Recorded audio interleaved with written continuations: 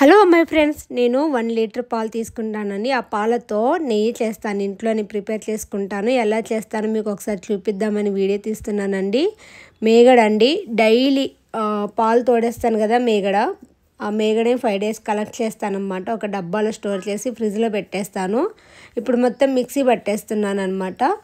5 డేస్ది ఒకేసారి పట్టేస్తాను. అంటే కొంచెం హాఫ్ తీసుకున్నాను. హాఫ్ తర్వాత ఇలా మిక్సీ జార్లో వేసేసి ఒక రౌండ్ తిప్పేశాక కొన్నే వాటర్ పోసుకోవాలంటే ఐస్ ట్యూబ్ వాటర్, చల్లటి వాటర్ తీసుకుంటే మీకు అసలు తొందరగా మొత్తం వెన్న వచ్చేస్తుంది అనమాట. ఒక రౌండ్ అయిపోయి మళ్ళీ సెకండ్ టైం ఇక ఫస్టే పోయొద్దండి, వాటరు కొన్నే పోసుకోవాలి.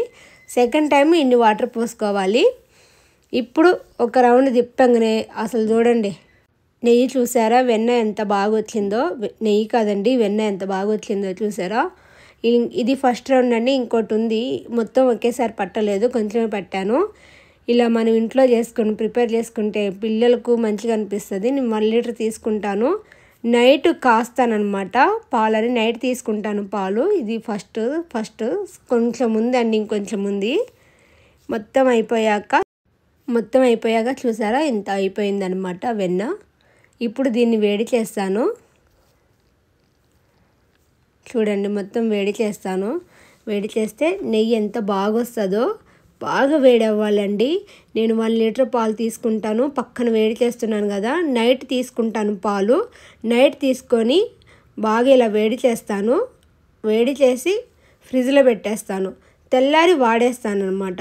ఆ మేగడంతా పక్కకి నెట్టేసి పిల్లల పాలు, టీ మొత్తం మిగిలిపోయిన పాలని తోడేస్తాను. అప్పుడు వెన్న తీస్తాను అనమాట.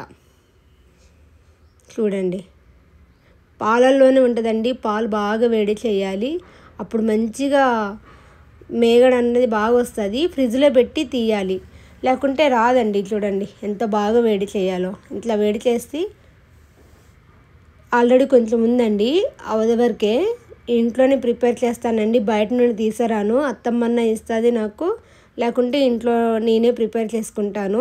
1 లీటర్ కండి, పిల్లలు తాగంగా, టీ తాగంగా ఇంత మిగులుతుంది పాలు. ఇన్ని మిగిలితే దీన్ని ఇలా వెన్న చేస్తానన్నమాట.